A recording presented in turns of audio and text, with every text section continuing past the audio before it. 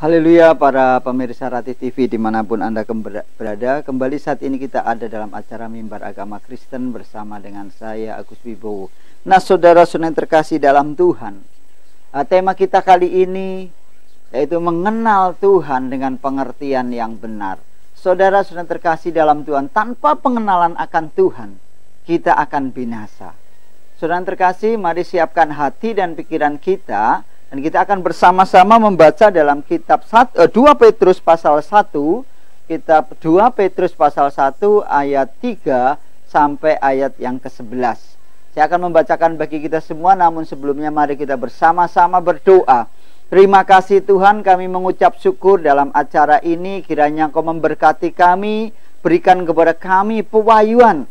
Biarlah kami semua yang melihat acara ini, kami sungguh-sungguh beribadah kepadamu, merenungkan firman-Mu, dan berikan kami pewahyuan pengertian yang benar untuk kami semakin mengenal akan Engkau. Urapi bibir mulut hamba-Mu dalam menyampaikan pesan-pesan-Mu.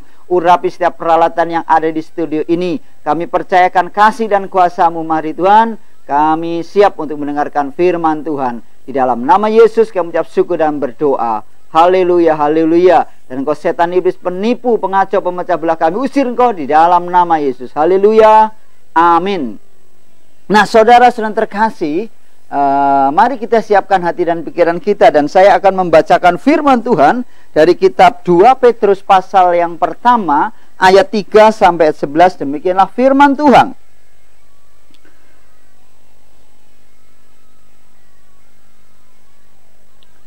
Karena kuasa ilahinya telah menganugerahkan kepada kita segala sesuatu yang berguna untuk hidup yang saleh oleh pengenalan kita akan Dia yang telah memanggil kita oleh kuasa-Nya yang mulia dan ajaib. Dengan jalan itu Ia telah menganugerahkan kepada kita janji-janji yang berharga yang sangat besar, supaya olehnya kamu boleh mengambil bagian dalam kodrat ilahi dan luput dari hawa nafsu duniawi yang membinasakan dunia. Nah, saudara-saudara terkasih di dalam Tuhan, di sini dikatakan dengan jalan itu, yaitu dengan jalan itu Ia sudah menganugerahkan kepada kita janji-janji yang berharga dan yang sangat besar, supaya olehnya kamu boleh mengambil bagian dalam kodrat ilahi dan luput dari hawa nafsu duniawi yang membinasakan dunia. Nah saudara-saudari yang terkasih dalam Tuhan, sebagaimana tema kita kali ini adalah mengenal Tuhan dengan pengertian yang benar. Tanpa pengenalan akan Tuhan, kita umat Tuhan akan binasa. Firman Tuhan berkata, umatku akan binasa, kata Tuhan. Umat Tuhan, bukan umat yang lain, tapi umatnya Tuhan akan binasa kalau tidak memiliki pengenalan akan Tuhan. Hosea 4 ayat 6 berkata, umatku binasa karena tidak mengenal Allah. Saudara-saudara terkasih, seseorang yang walaupun dia sudah mengaku memiliki iman kepada Tuhan, namun dia tidak memiliki pengenalan, pengertian yang benar tentang Tuhan, bisa jadi akan binasa. Kenapa? Pada saat dia mengalami persoalan demi persoalan, mungkin karena tidak memiliki pengenalan akan Tuhan, dia akan panggil yang lain, dia akan minta pertolongan yang lain. Tetapi apabila kita mengenal Tuhan dengan baik dan benar, apapun yang terjadi, kita akan berserah kepada Tuhan. Kita akan percaya kepada janji-janji Tuhan yang ajaib, janji Tuhan yang menganugerahkan kepada hidup yang kekal kepada kita semua. Janji Tuhan yang akan memulihkan, menyelamatkan, menolong. Dan tanpa pengertian kita tidak akan mengerti tentang janji-janji Tuhan. Tanpa pengenalan akan Tuhan, tanpa pengertian yang benar tentang Tuhan, kita tidak akan mengerti akan janji-janji Tuhan yang indah. Saudara-saudara yang terkasih dalam Tuhan, suatu kali Yesus pernah menegur murid-murid pada saat itu. Dalam Matius pasal 16 ayat 6, Yesus berkata kepada murid-murid, waspadalah terhadap ragi orang Farisi dan Saduki. Dikatakan waspadalah terhadap ragi orang Farisi dan orang Saduki. Yesus mengatakan demikian kepada murid-murid pada saat itu, murid-murid berpikir karena mereka akan pergi, lalu mereka lupa membawa roti. Tetapi sesungguhnya bukan karena itu, bukan karena perkara-perkara jasmani. Yesus sedang mengajarkan supaya hati-hati dengan pengajaran orang-orang Farisi dan orang-orang Saduki. Saudara-saudara terkasih, orang-orang Farisi pada saat itu ditegur oleh Tuhan Yesus. Kenapa? Karena orang Farisi membungkus kehidupannya dengan keagamaan, dengan jubah agama. Orang-orang Farisi pada saat itu tampak dari luar saleh, tampak secara luar rohani sedemikian rupa. Namun Yesus menegur pada orang-orang Farisi tersebut. Karena orang-orang Farisi tersebut tampaknya rohani, tampaknya saleh, tetapi dia tidak menjalankan kesalehan itu menurut pengertian yang benar. Dia menjalankan ajaran-ajaran nenek moyang, mengikuti keinginan hatinya. Memang secara rohani tampaknya saleh sekali. Pakai pakaian yang rapi mungkin, pakaian-pakaian keagamaan. Tidak boleh ini, tidak boleh itu. Setiap hari Sabat mereka tidak boleh bekerja. Bahkan kalau pada saat itu ada orang Yahudi yang bekerja di hari Sabat, bisa saja orang itu lalu dihakimi, dilempari dengan batu. Pada waktu puasa, orang-orang Yahudi pada saat itu, orang-orang Farisi, apabila kedapatan ada yang tidak berpuasa, orang itu pun dihujat, bisa jadi juga dilempari dengan batu. Dan Yesus menegur orang-orang yang demikian. Nah, saudara-saudara terkasih, Yesus mengajarkan kepada kita kesalehan kita bukan hanya sekedar tampak dalamnya, tetapi harus tampak dalamnya. Oleh karena itu Yesus mengajarkan kepada kita semua, apabila engkau berpuasa, minyakilah kepalamu, mandilah dan biarlah wajahmu bersinar, supaya orang tidak melihat bahwa engkau sedang berpuasa. Apabila engkau berdoa, berdoalah hanya kepada Bapa, tutup pintu. Bukan berarti kita kalau berdoa di luar atau di gereja tidak boleh. Tapi yang dimaksudkan oleh Tuhan, kalau kita berdoa, biarlah doa kita tujukan hanya kepada Tuhan. Kalau kita ibadah bukan supaya dilihat oleh orang, tetapi biarlah itu semuanya dilihat oleh Bapa kita di sorga. Karena betul-betul kita menyembah kepada Tuhan. Saudara-saudara yang terkasih, kalau kita hanya menggunakan jubah-jubah secara luar, yang tampaknya kelihatan rohani, saleh, dibungkus dengan kesalehan, dibungkus dengan agamawi. Saudara-saudari yang terkasih, itu kehidupan yang seperti itu Tuhan pun gak berkenan. Tapi Tuhan ingin supaya setiap kita betul-betul mengenal Tuhan dengan baik. Hosea pasal 4 ayat 6 berkata, umatku binasa karena tidak mengenal Allah. Kalau kita tidak mengenal Allah dengan baik, kita tidak akan tahu siapakah Yesus yang sesungguhnya. Kalau kita tidak mengenal Allah dengan baik, kita tidak akan tahu bahwa Yesus telah datang ke dunia ini untuk menyelamatkan umat manusia.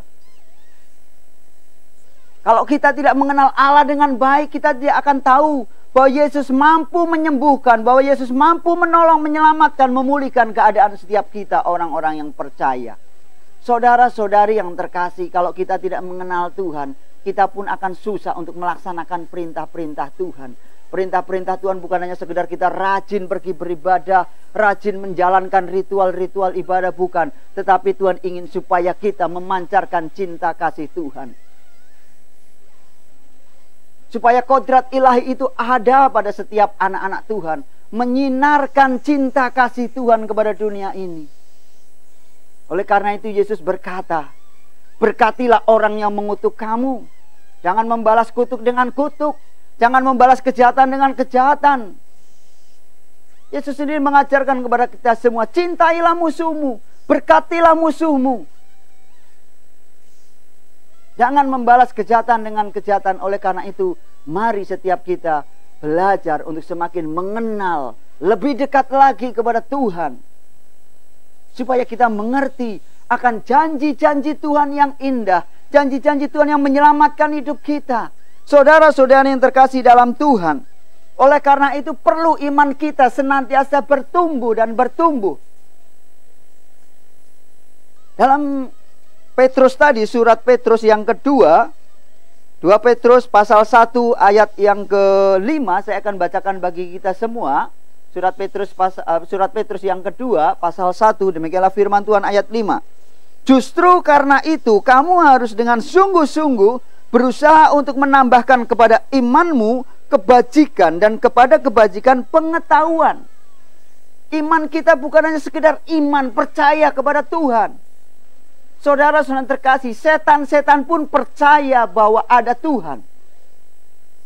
Setan-setan pun percaya kepada Tuhan. Setan-setan pun gemetar. Yakobus pasal 2 ayat 19 berkata, setan-setan pun percaya dan gemetar melihat Tuhan. Nah, saudara-saudara terkasih, iman kita bukan hanya sekedar percaya kepada Tuhan, tetapi kita harus mengasihi Tuhan, mengenal Tuhan, mengenal janji-janjinya, mengenal seutuhnya akan Tuhan, bahwa Tuhan yang mampu menolong kita, bahwa Tuhan yang berkuasa atas kehidupan kita. Mengenal Tuhan bahwa kita harus berbakti, memuliakan dan mengagungkan nama Tuhan. Kalau kita hanya sekedar beriman, setan-setan pun percaya. Firman Tuhan berkata demikian. Oleh karena itu tadi dikatakan, justru karena itu kamu harus sungguh-sungguh berusaha untuk menambahkan imanmu, menambahkan kepada imanmu, yaitu apa? Kebajikan. Harus kita senantiasa, iman kita disertai dengan perbuatan-perbuatan yang bajik, dengan kebajikan. Lalu dikatakan di sini selanjutnya dikatakan, dan kepada kebajikan pengetahuan tentang Tuhan. Saudara-saudara terkasih, kita tahu oleh iman kita bahwa dunia ini diciptakan oleh Tuhan. Pengetahuan mampu menyelidiki oleh karena kuasa Tuhan yang dahsyat dan ajaib, memberikan pemikiran, memberikan kepintaran, kecerdasan dan hikmat kepada manusia, sehingga manusia bisa diberikan kemampuan untuk memiliki pengetahuan yang sedemikian rupa. Oleh karena pengetahuan itu kita tahu bahwa dunia ini diciptakan Tuhan. Begitu teraturnya, tertibnya tata surya, langit dan bumi berputar, berotasi antara satu dengan yang lainnya, tidak bertabrakan. Bagaimana fajar datang, bagaimana matahari tenggelam, semuanya diatur oleh Tuhan. Dan kalau kita memiliki pengetahuan-pengetahuan tentang dunia ini, bahwa semuanya ini berasal dari Tuhan, iman kita pasti akan semakin bertumbuh. Oleh karena itu firman Tuhan tadi berkata, imanmu harus ditambahkan dengan kebajikan, dan kebajikan dengan pengetahuan, pengertian tentang Tuhan yang benar, bukan asal-asalan. Kita biasa memanggil Tuhan dan mengerti akan Tuhan, bahwa Tuhan yang kita sembah adalah Tuhan yang maha pengasih dan maha penyayang. Kalau Tuhan kita yang maha pengasih dan penyayang, firman Tuhan mengatakan bahwa Allah mengasihi kita, menunjukkan kasihnya kepada kita ketika kita masih berdosa. Sebagai anak-anak Tuhan, kita pun harus mengasihi saudara-saudara kita, harus mengasihi sesama manusia. Saudara-saudara terkasih dalam Tuhan, lalu ayat selanjutnya dikatakan, dan kepada pengetahuan penguasaan diri, kepada penguasaan diri ketekunan, dan kepada ketekunan kesalehan. Kita perlu memiliki penguasaan diri. Saudara-saudara terkasih, kita memang harus memiliki pengetahuan, tapi kita juga perlu menguasai diri. Jangan sampai diri kita dikuasai oleh pengetahuan, atau diri kita dikuasai oleh waktu, dikuasai oleh harta dunia, oleh keinginan-keinginan hawa nafsu. Tadi dikatakan hawa nafsu yang membinasakan dunia. Tapi harus kita sendiri yang menguasai diri, untuk kita tidak tergerus oleh hawa nafsu duniawi. Sering kita kadang-kadang gampang sekali menyalahkan setan, karena kilap, karena ada godaan setan dan lain sebagainya.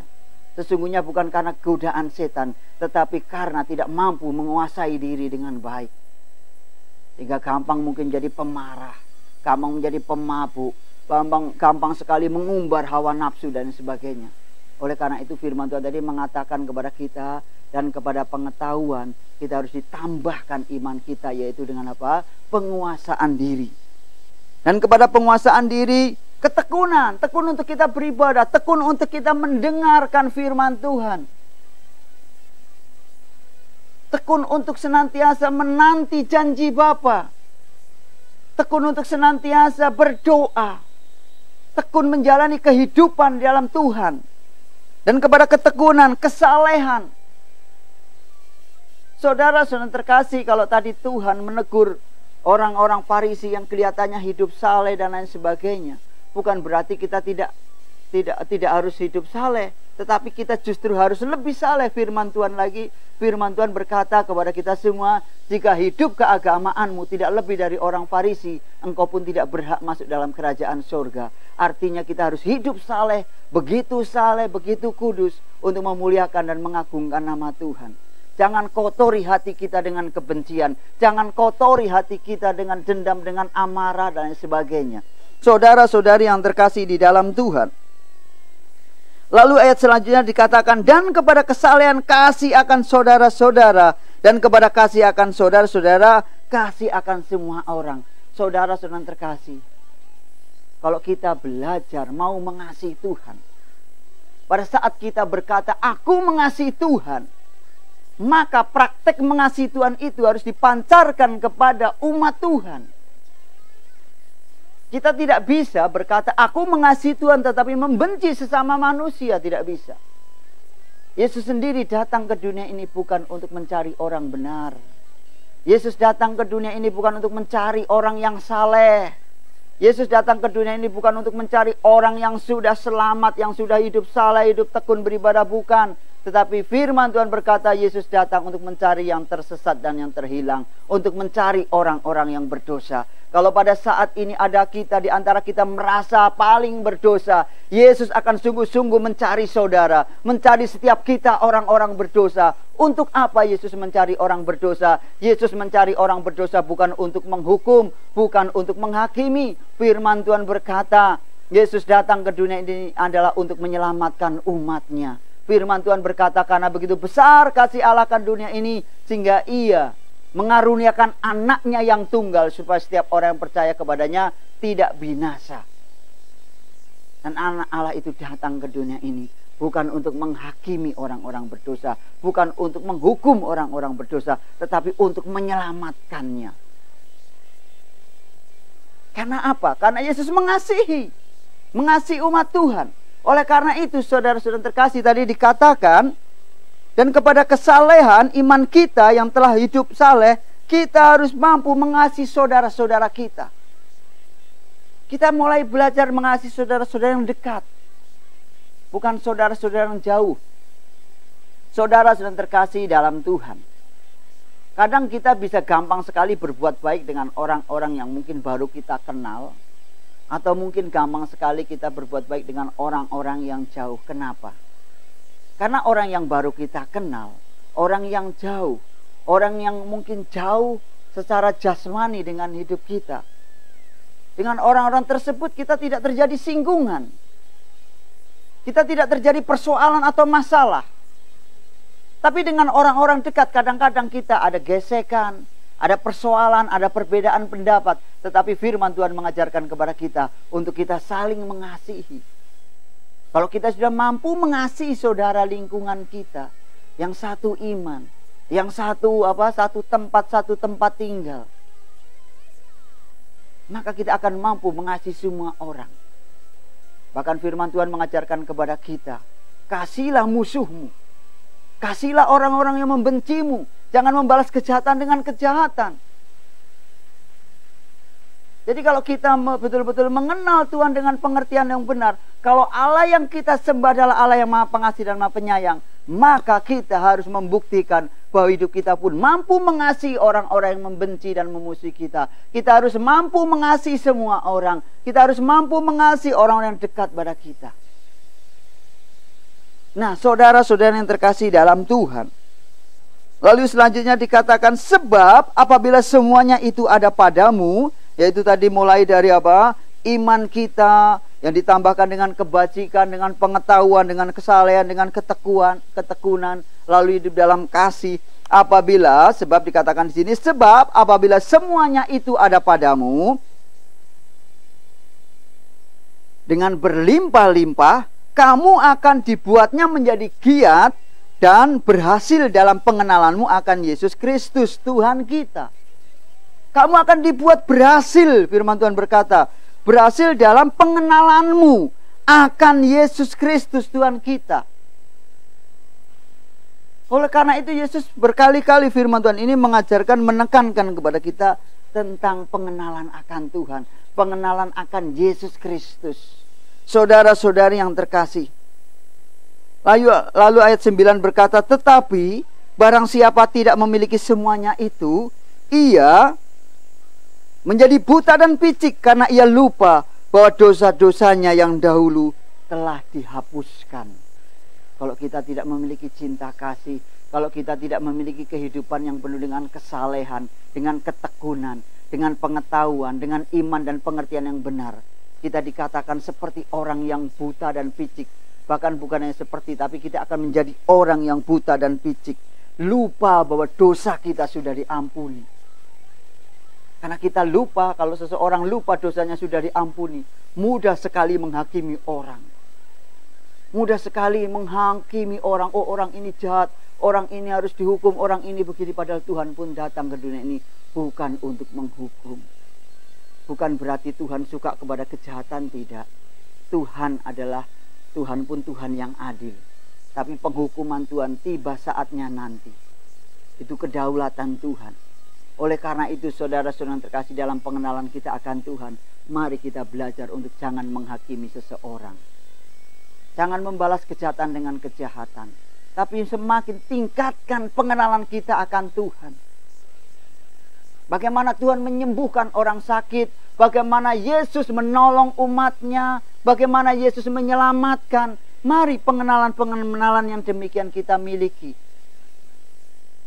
Tekunlah dalam beribadah kepada Tuhan.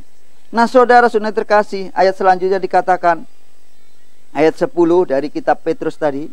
Karena itu saudara-saudaraku, berusahalah sungguh-sungguh supaya panggilanmu dan pilihanmu makin teguh. Berusahalah sungguh-sungguh hidup dalam iman kepada Tuhan. Mengikuti setiap perintah Tuhan dengan segenap hati, dengan sungguh-sungguh, dikatakan demikian. Supaya panggilan dan pilihanmu makin teguh. Sebab jikalau kamu melakukannya, kamu tidak akan pernah tersandung. Ayat 11 dikatakan demikian firman Tuhan. Dengan demikian kepada kamu akan dikaruniakan hak penuh untuk memasuki kerajaan kekal, yaitu kerajaan Tuhan dan Juru Selamat kita, Yesus Kristus. Apabila kita sungguh-sungguh hidup dalam Tuhan, saling mengasihi, betul-betul mengenal Tuhan dengan baik, percaya kepada Tuhan di setiap langkah kita, percaya kepada Tuhan di setiap napas hidup kita. Firman Tuhan berkata, kamu yang percaya memiliki hak penuh akan kerajaan sorga. Saudara-saudari yang terkasih dalam Tuhan, tadi sekali lagi saya bacakan, dengan demikian kepada kamu, yaitu kepada orang-orang yang memiliki iman yang bertumbuh, memiliki pengenalan akan Tuhan yang baik, dikatakan dengan demikian kepada kamu akan dikaruniakan hak penuh untuk memasuki kerajaan kekal, yaitu kerajaan Tuhan dan Juru Selamat kita, Yesus Kristus. Saudara-saudari yang terkasih dalam Tuhan, mari nikmati kasih setia Tuhan. Miliki pengenalan akan Tuhan. Nah saudara-saudari yang terkasih dalam Tuhan, bagaimana supaya kita dapat mengerti dan mengenal akan Tuhan dengan baik dan benar? Mari kita dengan segenap hati dan akal budi kita datang untuk beribadah kepada Tuhan. Alkitab yang ada pada kita, mari kita baca, kita renungkan. Bukan hanya menjadi pajangan. Kalau kita sudah membacanya, kalau kita sudah merenungkannya, kita mendengarkannya, mari kita praktekkan. Pada saat kita mau mempraktekkan iman kita, mau melakukan perintah-perintah Tuhan, di situ kita akan semakin mengenal Tuhan yang ajaib dan dahsyat. Sebagai contoh, pada saat kita, kalau kita firman Tuhan berkata, akulah Tuhan penyembuhmu. Lalu saudara mengimani, mempraktekkan iman itu. Mengucapkan bahwa percaya sungguh-sungguh bahwa Tuhan kita adalah Tuhan yang penyembuh. Yang menanggung penyakit kita, yang menanggung kelemahan kita. Kita praktekkan. Maka dari situ kita akan tahu bahwa Tuhan mampu menyembuhkan kita. Saudara-saudara terkasih, firman Tuhan dalam kitab Ibrani berkata, Yesus Kristus tetap sama, baik dahulu hari ini dan sampai selama-lamanya Yesus Kristus tetap sama. Kalau Yesus dulu menyembuhkan, sekarang pun menyembuhkan. Kalau Yesus sekarang menyembuhkan, sampai selama-lamanya Yesus pun akan menyembuhkan dan menyelamatkan orang-orang yang berdosa. Dan kita tahu semuanya itu kalau kita memiliki pengenalan akan Tuhan. Melalui persekutuan kita, membangun mesbah doa. Setiap pagi, setiap hari kita memiliki waktu untuk kita berdoa kepada Tuhan. Kita akan semakin mengenal Tuhan. Dengan ketekunan kita berdoa, mencari kehendak Tuhan, mendengarkan kehendak Tuhan, kita akan semakin mengenal kuasa Tuhan yang dahsyat dan ajaib. Kalau kita semakin tekun melaksanakan apa yang diperintahkan Tuhan, perintah Tuhan itu tidak berat. Dan perintah Tuhan itu senantiasa membawa kehidupan yang penuh dengan damai dan sejahtera. Oleh karena itu mari kalau kita beribadah, mari kita belajar untuk lebih dekat lagi mengenal akan kasih dan kuasa Tuhan. Sehingga apapun yang terjadi, kita akan tetap berkata, Yesus yang kita sembah adalah baik. Setan bisa saja mereka-reka yang jahat, setan bisa saja mereka-reka keburukan, tetapi Tuhan yang kita sembah dapat mereka-mereka yang baik. Mungkin ada hal yang buruk terjadi, Yesus mampu mengubahkan segala sesuatu menjadi baik. Oleh karena itu mari tetap percaya kepada Tuhan, miliki pengenalan akan Tuhan, datang kepada Tuhan. Yesus berkata kepada kita semua, mari yang letih lesu dan beban berat, datang kepadaku, kata Yesus. Saudara-saudara terkasih, kalau saudara ingin lebih mengenal lagi, siapapun saudara memiliki beban yang berat pada saat ini, mari bersama-sama kita datang kepada Tuhan, memohon pengampunannya, memohon pertolongannya. Dan percayalah pada saat kita mau datang kepada Tuhan, melekat mendekat kepada Tuhan, kita akan semakin mengenal Tuhan, memiliki pengertian tentang Tuhan yang benar. Sehingga hidup kita dipenuhi dengan kasih Tuhan, dipenuhi dengan cinta kasih Tuhan. Bukan hanya dapat merasakan saja, tetapi justru kita pun akan mampu memancarkan cinta kasih Tuhan. Berbuat baik kepada semua orang, mengasihi orang-orang membenci. Untuk apa? Untuk menyinarkan kasih Tuhan dalam kehidupan kita. Dan semuanya itu akan terjadi kalau kita memiliki pengenalan akan Tuhan. Saudara-saudara yang terkasih dalam Tuhan, mari kita akan bersama-sama berdoa dan percayalah.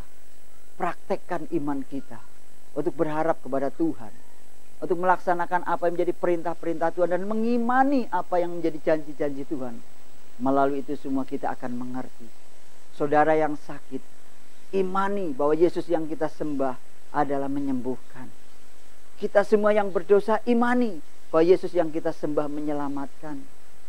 Kita yang dalam keadaan terpuruk, ada banyak penderitaan dan kesusahan, imani Yesus memulihkan keadaan segala sesuatu menjadi baik adanya. Mari kita bersama-sama berdoa. Tuhan Yesus yang baik, pada saat ini kami mohon pertolongan-Mu. Kiranya Engkau melawat kami, menyembuhkan kami, mengampuni dosa kami, memulihkan keadaan kami. Kami rindu untuk semakin mengenal Engkau lebih dalam lagi. Kami tidak mau binasa Tuhan. Tuhan, kiranya Engkau memberikan pewahyuan pengenalan akan Tuhan. Karena kami percaya pengenalan akan Tuhan itulah yang Engkau kehendaki. Engkau mengasihi pengenalan akan Tuhan. Engkau Tuhan menghendaki supaya setiap kami memiliki pengenalan akan Tuhan. Oh, bukan karena korban persembahan, bukan karena korban-korban ucapan syukur, tetapi yang Engkau kehendaki adalah mengenal Engkau lebih dalam lagi Tuhan. Terima kasih Bapa. Berkati tangan-tangan yang terangkat, yang sakit disembuhkan, yang duka dihiburkan, yang lemah dikuatkan, yang berdosa Engkau ampuni dan Engkau selamatkan. Terima kasih Tuhan. Kami percaya akan kasih dan kuasa-Mu Bapa. Dalam nama Yesus kami mengucap syukur dan berdoa. Tuhan, kami juga berdoa secara khusus bagi orang-orang yang terkena COVID. Kiranya Engkau sembuhkan dalam nama Yesus dan bebaskan kota kami dari COVID-19. Bebaskan kami dari penderitaan dan kesusahan. Kami percaya kehadiran Tuhan dalam kota kami, kehadiran Tuhan dalam kehidupan kami akan memberikan damai dan sejahtera dan kehidupan yang berlimpah-limpah. Terima kasih Tuhan. Dalam nama Yesus kami mengucap syukur dan berdoa. Haleluya, haleluya. Amin. Dan bagi Bapak Ibu saudara yang terkasih yang membutuhkan layanan doa, Bapak Ibu boleh menghubungi nomor di layar televisi Anda. Haleluya. Tuhan Yesus memberkati. Amin.